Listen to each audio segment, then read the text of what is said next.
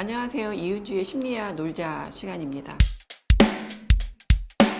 오늘은 지능검사에 대해서 조금 더 구체적으로 제가 설명을 좀 드리려고 합니다. 이 영상을 보시고 또 지능검사에 대해서 더 알고 싶으신 분들은 이전에 찍었던 영상이 또 있으니까 이전 영상을 참고하시면 좋을 것 같습니다.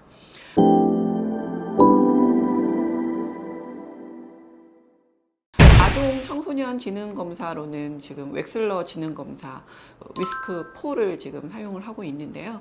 이거는 만 6세 0개월부터 만 16세 11개월까지 사용할 수 있는 것이기 때문에 초등학교 1학년부터 고등학교 2학년까지 사용 가능합니다. 그러면 이제 유아 같은 경우는 유아용 지능검사를 사용하시면 되는 거고요. 고등학교 2학년 말부터 성인용 지능검사를 사용할 수 있습니다. 제가 생각할 때 지능검사를 받으면 좋은 부분들은 자신의 인지 능력의 균형을 알아볼 수가 있습니다.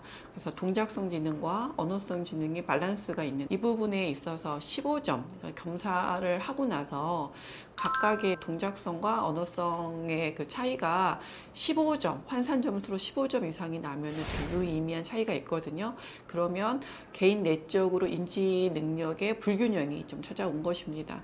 그래서 예를 들면 언어성 지능이 동작성 지능보다 15점 이상 더 높다라고 하면은 그런 분들은 이제 동작성 지능이 상대적으로 좀 낮은 거기 때문에 우울이라든지 의기소침이라든지 의욕 저하라든지 이런 부분들을 의심해 볼 수가 있고요. 반대로 거꾸로 동작성 지능이 언어성 지능보다 15점 이상 더 높다. 이것도 상당히 유의미한 차이가 있는 거거든요.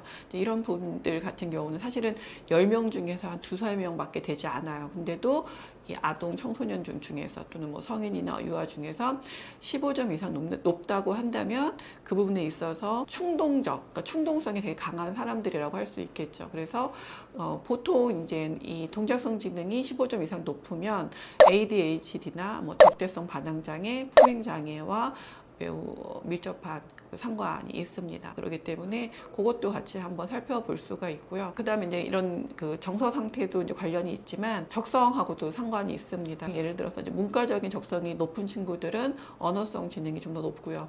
그 다음에 이과적인 지능이 높은 친구들, 그래서 공대가 이제 적성이 좀 맞는 친구들은 이제 동작성 지능이 우수합니다. 이럴 때는 이제 전공적성이라고 해서 기본적으로 110 이상은 좀 되어지는 게 좀 우수하고요.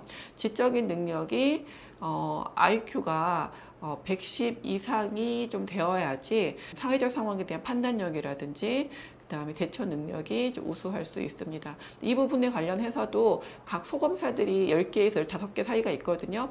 전체적으로 10개, 15개지만 보충 소검사까지 포함한 거기 때문에 핵심 소검사는 10개 정도가 됩니다. 10개의 검사를 하고 나면 각 소검사가 측정한 영역들이 있습니다. 그 영역들을 이렇게 분석을 받아보시면 그 사회적 상황에 대한 판단력, 대처 능력, 그 다음에 이제 창의적인 사고 능력, 그 다음에 독서를 얼마나 많이 했는지에 대한 뭐 추상적인 구체적인 사고 능력, 그 다음에 기억력이라든지 집중력이라든지, 그다음에 상식 수준이라든지, 그 다음에 학교 학습에 대해서 시험을 얼마만큼 잘 볼 수 있는지, 뭐 이러한 능력들도 다 검사 결과를 통해서 알아볼 수가 있고요.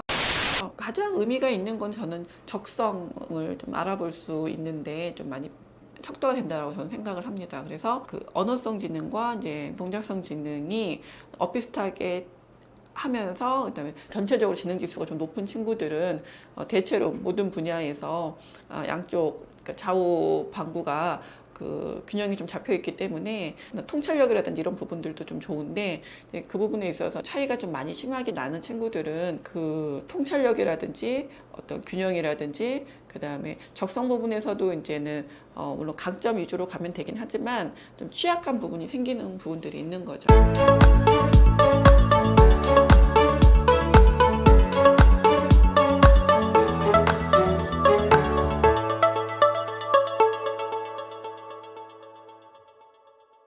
지능검사는 이제 자기가 받고 나서 그 결과에 대해서 해석 상담을 정확하게 받는 게 저는 관건이라고 생각을 합니다. 그래서 각각의 요인 지표별로 그게 어떤 걸 의미하는지 그런 부분들에 대해서 상담을 듣는 것이 좀 많이 필요로 합니다.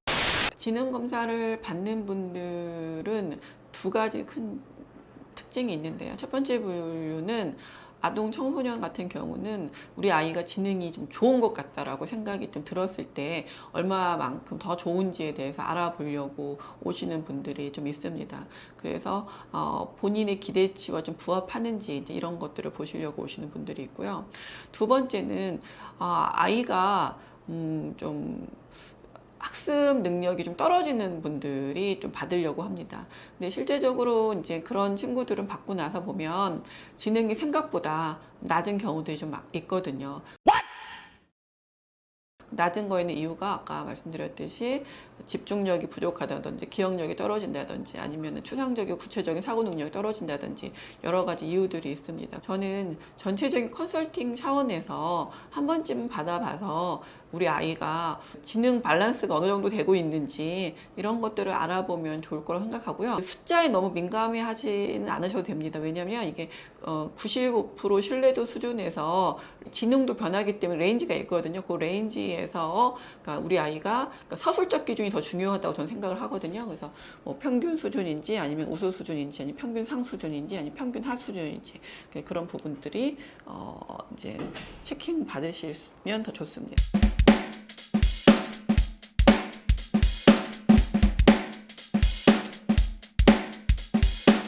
지능검사는 이 종합심리검사에서도 중요한 하나의 척도검사이거든요. 그 이유는 뭐냐면 지능이 이 정서 상태를 많이 반영을 합니다.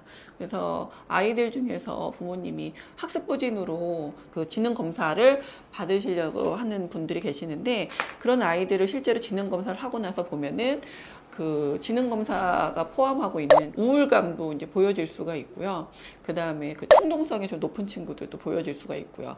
이 우울감 같은 경우는 이제 습관이나 환경에 의해서 영향을 받는 경우고, 그 다음에 이 충동성 같은 부분들은 기질적으로 타고난 부분들이 좀 많기 때문에 그런 부분들을 점검받을 수가 있습니다. 지능검사가 내포하는 것 중에서 그 정서적인 부분이 있기 때문에 정서 부분에서 이제 취약한 부분들이 나타나게 되면 그 아이는 이제 정서적인 부분이 취약하면은 사실 인지적인 부분이 발달하는 게 매우 어렵거든요. 그렇기 때문에 이러한 친구들은 이제 오히려 지능을 더 뭐 향상시키거나 학습 방법을 더 다르게 해주거나 이렇게 하기 이전에 먼저 선행되어야 되는 부분들은 정서적인 안정성을 더 우리가 아이한테 제공을 해줘야 되는 부분들이 있는 거죠. 그런 경우 아이들한테 이제 심리치료가 이제 더 병행이 되는 경우도 있습니다. 또 경우에 따라서는 아이를 양육하고 있는 부모님이 아이를 또 제대로 바라보고 있지 못하고 내가 문제가 있는데 자꾸 아이 탓으로만 이렇게 생각하실 수가 있기 때문에 부모 상담이나 부모 교육 쪽으로 고려해 보시는 것이 좀 더 필요합니다.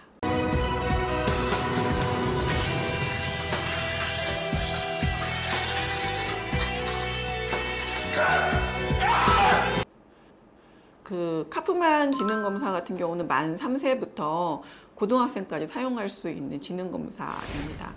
웩슬러 지능검사랑 오버랩 되는 게 좀 많죠. 근데 그 카프만 지능검사 갖고 있는 장점이 있습니다.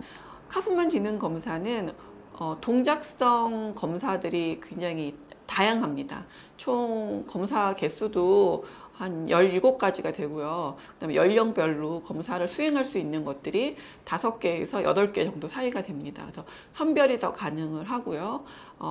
이 유아 같은 경우에 한번 끊겨가지고 다시 재검을 할 경우에는 검사 결과가 일단 신뢰성에서 의문을 가질 수가 있고요. 왜냐면 드랍된다는 게 본인이 너무 힘들어서 지쳐서 이제 하기 싫어하는 경우가 있는데 이 카프만 지능검사 같은 경우는 1시간 내에, 그러니까 60분 이내에 다 끝낼 수가 있고요. 아이들이 지루해하거나 실증 내거나 그러지 않습니다. 우리가 이제 지능검사를 받는다는 거는 앞으로 내가 어떻게 지적 능력을 높일 것인가에 저는 더 방점을 두는 것이 더 좋을 것 같습니다. 그래서 우리 아이들한테 지능은 변하는 것이다. 지금 내가 부족한 것들을 발견을 하면 그 부분을 보완하는 거. 그다음에 나의 강점이 있으면 그 부분에 대해 적극적으로 알려주는 거. 저는 부모가 아이들한테 해줄 수 있는 가장 큰 역할이라고 생각을 하고요. 그래서 내가 발휘할 수 있는 지능의 그 역량을 최대치 이렇게 발휘시키면 그게 의미가 있지 않을까 싶습니다. 결국은 지적인 능력이, 그러니까 지능 지수가 높은 분들이 결국은 판단력들이 사실 상당히 좋거든요. 와우. 네, 오늘 제가 엑슬러 지능 검사에 대해서 이렇게 말씀을 드렸는데 조금 더 쉽게 말씀을 드려야지 되는데 또 이렇게 계속 쓰던 언어여서 제 말이 좀 어려우실 수도 있겠다 이렇게 제가 영상을 찍으면서 그런 생각이 좀 들더라고요. 지금 이 영상을 보시는 분들 중에서 더 지능검사에 대해서 알고 싶은 분들은 지능검사를 조금 더 쉽게 이렇게 서술적으로 표현해 놓은 저희 그 프로그램 북이 있습니다. 그래서 그 프로그램 북을 저희가 그 아래 댓글에 이메일 주소 남겨주시면 다 보내드릴 테니까 남겨주시면 감사하겠습니다. 네, 감사합니다.